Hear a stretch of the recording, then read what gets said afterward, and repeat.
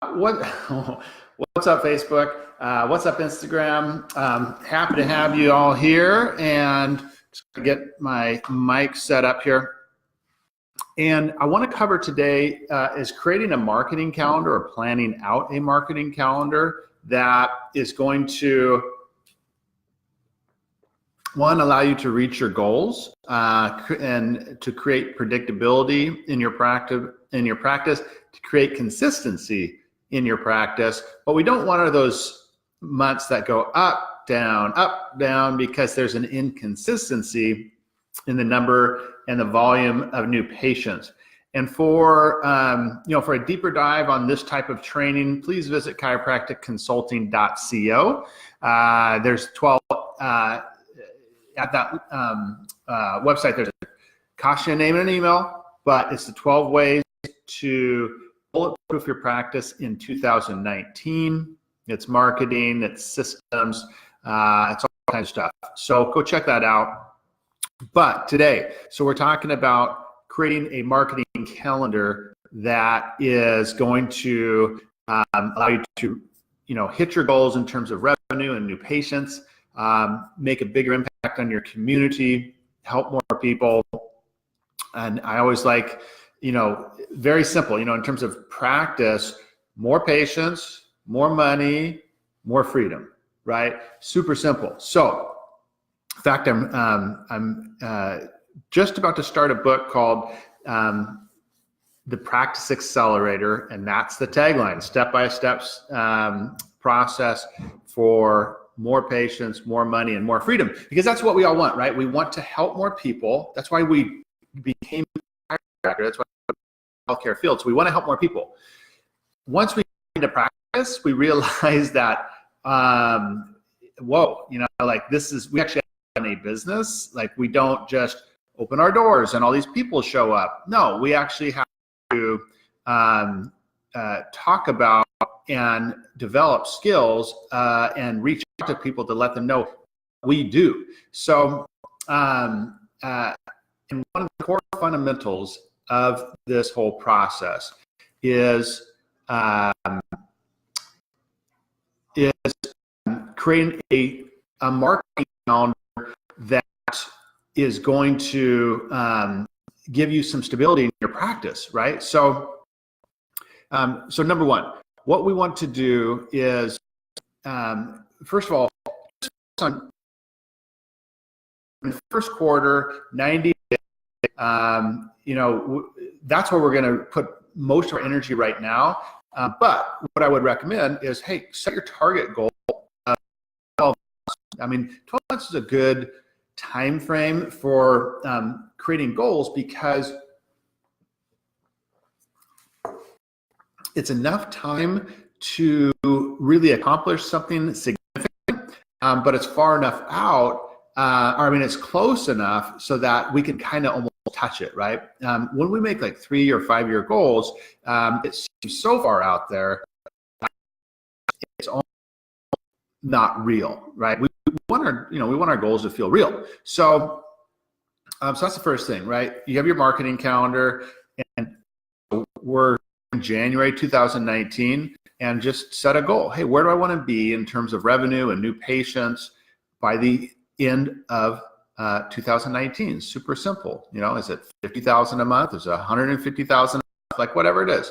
And then we're just going to work backwards, right? So say your goal is you want to be 100,000 a month in revenue, and say you're at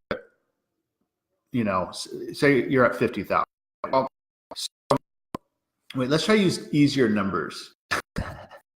Say 40,000 in revenue, you want to get to 80,000 in revenue, right? By the end of the year.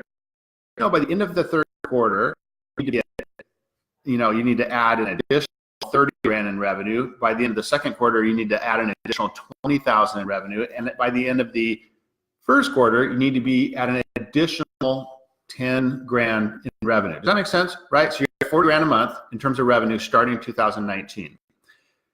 You want to be at 80,000 a month by the end of 2019, right?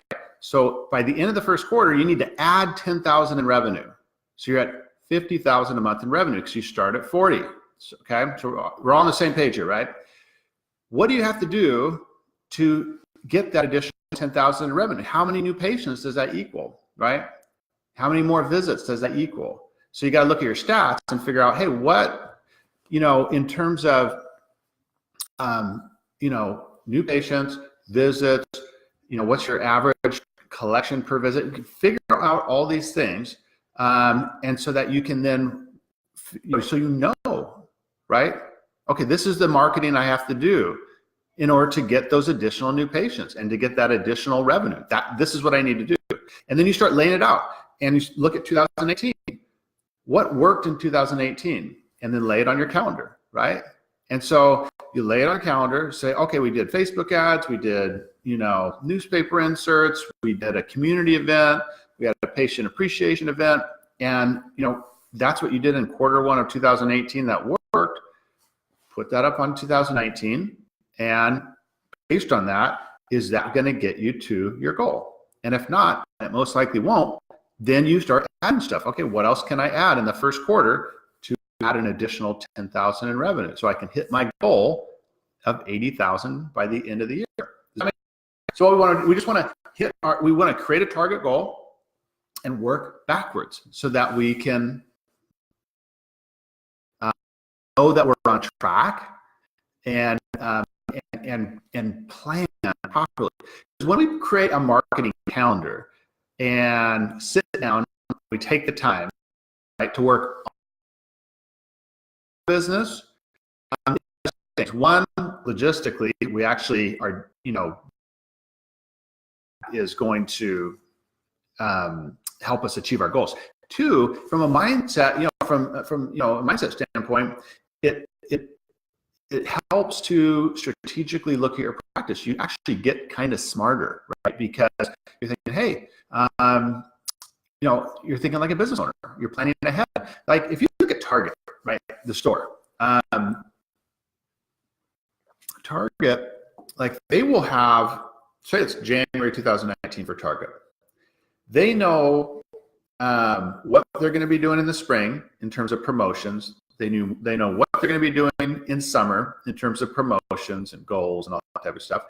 They know what they're going to be doing in the winter of 2019. They know what they're going to be doing in the first quarter of 2020, and they know what they're going to be doing in second quarter of 2020, and they probably know what they're going to be doing in the summer of 2020.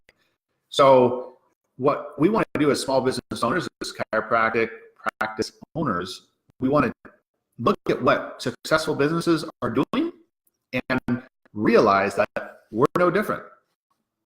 Why is a chiropractic practice any different than a store like Target? It's not on a fundamental level, right? You're serving people, you have a product or service to sell, and you need to get people that want that product or service into your office or into your store. So when we're talking about planning and marketing, it's just fundamentals. It's fundamentals of business that maybe it's not super sexy, but it sure is kind of nice to go to Starbucks and take an hour or 2 hours to yourself, or on the weekend, get away from the family. Goodness gracious, go rent a hotel room somewhere nice. Say, hey, this is my time to just focus on my business. I'm going to look at 2019, how I can hit my goals. First thing I identify what my goals are, and I'm going to write out my calendar. This is what I'm doing. This is what I want to do. But you take that time for yourself, for your business, for your practice, and plan it out, right?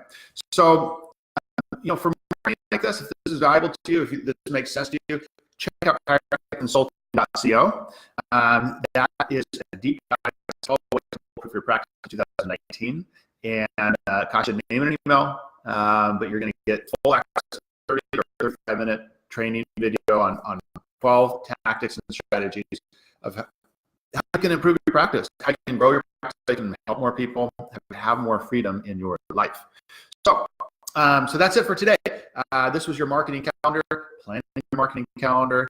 So I highly recommend, hey, take some time, at the bare minimum, take a few hours on this Saturday, and grab a calendar from Target or the drugstore or whatever. Sit down and look at your year. What are your goals? Where do you want to be at the end of 2019? Work backwards. Put everything that's worked in 2018 2018 on your calendar. Hey, this is what we did in terms of marketing. Are you going to hit your goal if you keep doing that? Great. If you don't, start adding stuff in. There's tons of information out there in terms of resources and what you can do in terms of marketing. So there's no lack of information there. If anything, the lack of time, and it's a lack of really knowing which to do right. Which to do first, which actually works in a practice right now. So, obviously that's what I do. I help chiropractors grow practices. And look, again, if you're interested, I always, hey, if you're looking for more information and ways to grow your practice, check out chiropracticconsulting.co. Start there. If that resonates with you, then you can, there's ways to reach out to me and all that good stuff. So I'm Dr. Vince. Hope this was valuable to you. Go ahead and implement that ASAP, and we'll talk to you tomorrow. We'll have another, I don't know what I'm going to talk about tomorrow, but it'll be something regarding practice building. And that's, I was focused on, either practice building, so marketing, systems, or mindset, right? So mindset, how do we take care of ourselves? How do we improve ourselves personally? Marketing, because I think that drives everything, and then systems, and that makes everything run properly so that you get an excellent clinical outcome and patient experience. And if I look at, I work with doctors at the very top of the food chain in the chiropractic industry, right? The top 1%. And so if there's 3 traits that I found in the 1% of this profession, they are absolutely committed to themselves, right? Growing themselves on a personal level. They're ongoing learners. They're committed to their health. So they're committed to ongoing personal improvement. 2, they take a massive interest in their marketing, and they make sure that, they may not learn the marketing themselves, but they are taking a devout interest in, hey, what is going to get me to my goals, and figure out how to do that. And then 3, they just put in the work, they are committed, they honor the struggle, right? Because it's work. There are no 4-hour work weeks, building a practice. And they're committed to it, and they're okay with that. So anyways, hey, hope this was helpful. Check out chiropracticconsulting.co. I'm Dr. Vince. Hope you have an awesome day. We'll talk to you. Manana.